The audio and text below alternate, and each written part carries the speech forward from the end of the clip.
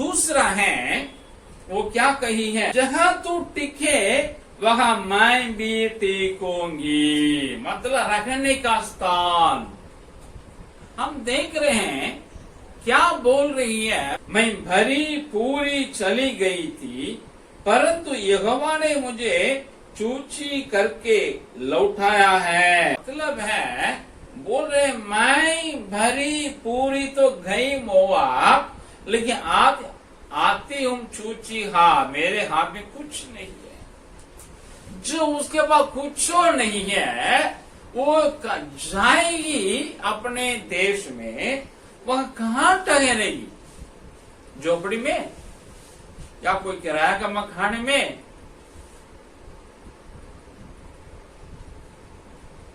लेकिन देखिएगा, चाहे झोपड़ी हो या किराए का मकान हो या वो फुटपाथ, हमारे रूत ने निर्णय ली चैन की सांस में जहां टिकेगी वो मेरा ठिकाना हो जाएगा।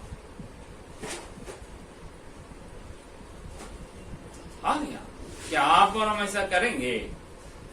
यीशु मसीह हमारे कुछ नहीं देंगे तो हम लोग मसीह विश्वास में रहेंगे, टिके रहेंगे।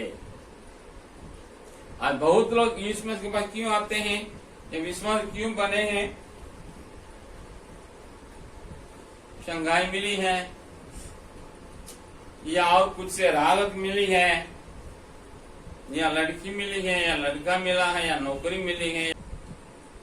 लेकिन इन लोगों को, इन चीजों को आप छीन लीजिएगा ना, वो मसीही आस्था को ही छोड़ देंगे, विश्वास को छोड़ देंगे। लेकिन हम यहाँ देखते हैं, रूत अपने सास माँ के पास कुछ नहीं था, कोई आशा नहीं थी, उत्पन्न होने की संभावना नहीं है, तो भी उसके ठिकाना को अपने ठिकाना बना ली है।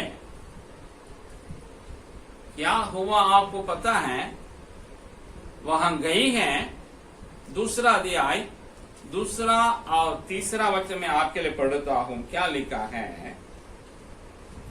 मोआबिन रूत ने नवोमी से कहा, मुझे किसी खेत में जाने दे कि जो मुझ पर अनुग्रह की दृष्टि करे, उसके पीछे पीछे मैं सिला बीनती जाऊं। उसने कहा, चली जा बेटी। इसलिए वह जाकर एक खेत में लौने वालों के पीछे बीनने लगी, और जिस खेत में वो संयोग से गई थी वो एलीमेलेक के कुटुंबी बोअज का था। 23 भी पढ़ते हैं, आप ध्यान से सुने। इसलिए रूत जौ और गेहूं दोनों की कटनी के अंत तक बीनने के लिए बोअज की दासियों के साथ साथ लगी रही और अपनी सास के यहाँ रहती थी। हम यहाँ देखते हैं, ये अभी पहुंच गई बैतलहम। वो कटनी का वक्त था, पहले जौ का कटनी, उसके बाद गेहूं की कटनी। उस समय में इसका लाइफ कैसा था? अन्य देश में जा करके झोपड़ी या किराए के मकान में रह करके जीविका के लिए क्या कर रही है? वहां जो कटनी काटते हैं जौ और गेहूं का, उसमें से जो नीचे गिरता है दाना, उन दानों को चुन ले रही है। एकदम समाज के आखिरी वर्ग में है, एकदम निम्न वर्ग है। नीचे गिरता है उसी को पिकअप करती है। जैसे आज हम लोग देखते हैं रैग पिकर्स, जो कूड़ा को चुन लेता है रोड में, जो लोग कूड़ा करके फेंक दी उसी को चुन लेता है, उसी को लेकर के पैसा बना करके बेच करके पैसा बना करके जीवन बिताते हैं। इसी प्रकार रोज बीनती है नीचे गिरने वाले दाने को, वो भी किसके साथ? वहां दासी लोग करते हैं, उनके बीच में ये भी है। यही इसका लाइफ, जिसको उसको घर बना ली, ठिकाना बना ली, वहां इस प्रकार ये काम शुरू कर रही है अपना लाइफ को। लेकिन आप चौथा अध्याय के 11, 12, 3 को पढ़ेंगे, सब पता चलेगा। हम पढ़ते हैं आपके लिए।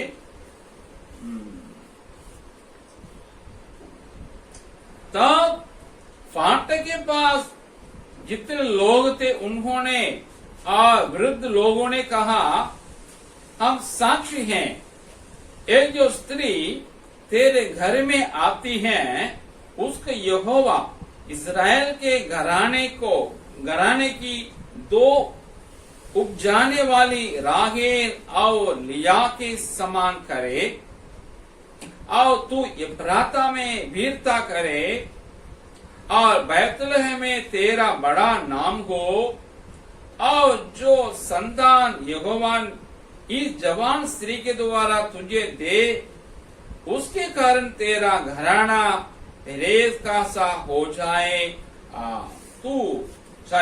जो तामार से यहूदा के द्वारा उत्पन्न हुआ, तब बोवज ने रूस से विवाह कर लिया और वह उसकी पत्नी हो गई।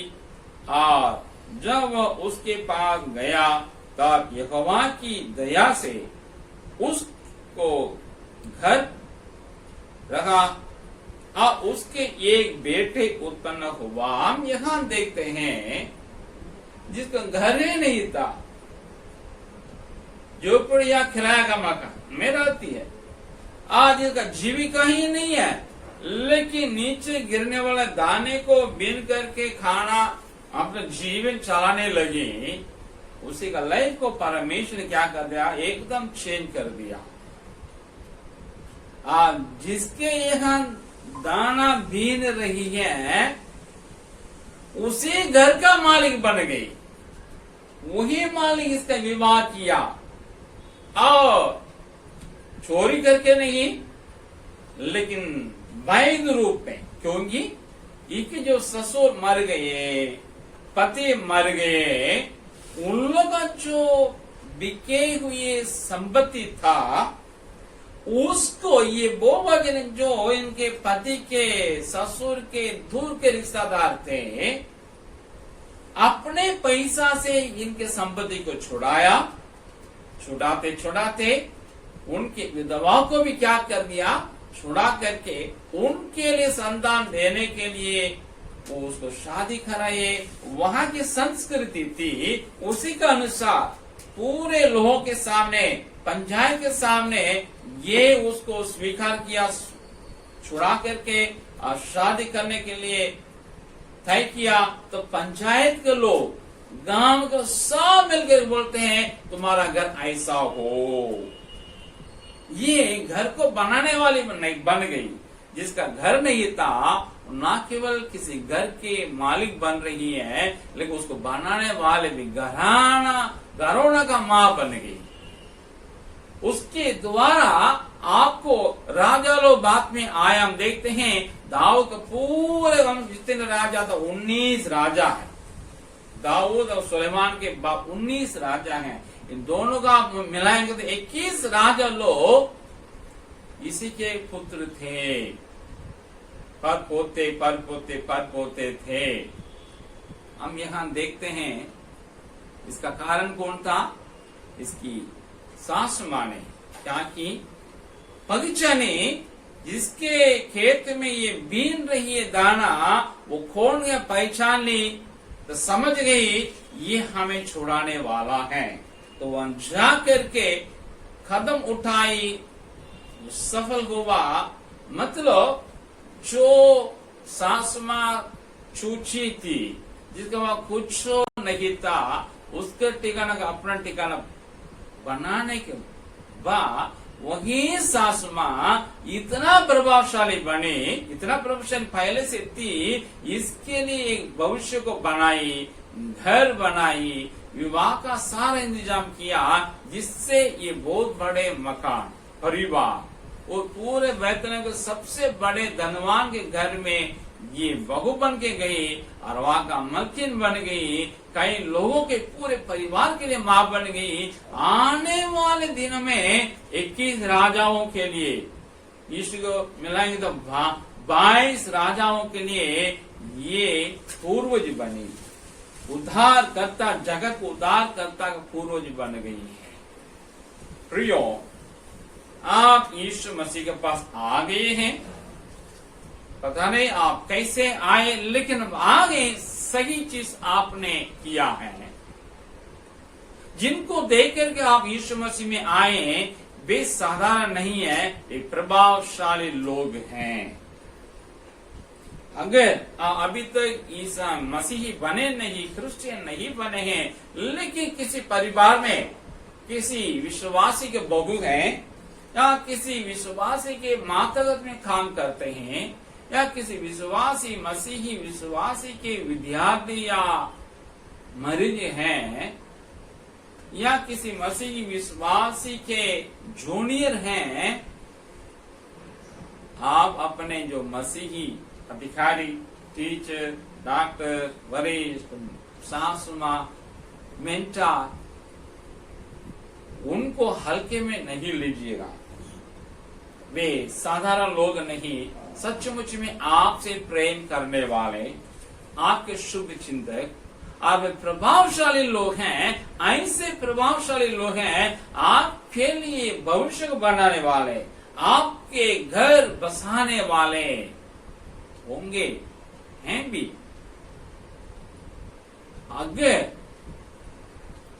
आप उनके ठिकाने जो है चर्च है, आस्था का ठिकाना, वहां आप पहुंच गए, उसे अपना ठिकाना में तब्दील कर दिए, चर्च को, चर्च के लोगों को आप अपना लिए, आप उसी का मेंबर बने, उसका सदस्य बन गए, बाय हार्ट, धर्म से नहीं, आस्था से, दिमाग से नहीं, दिल से, तो वहां आपके शुभ चिंतक हैं, आपके जीवन वहां बदलने वाला है।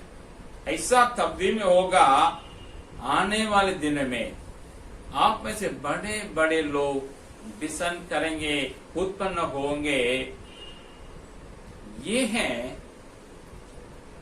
अपने मेंटर, अपने सासु मां, अपने टीचर, अपने डॉक्टर, अपने वरिष्ठ, अपने अधिकारी, अपने मालिक जो क्रिश्चियन हैं, उनके ठिकाने को, उनके चर्च को अपनाना।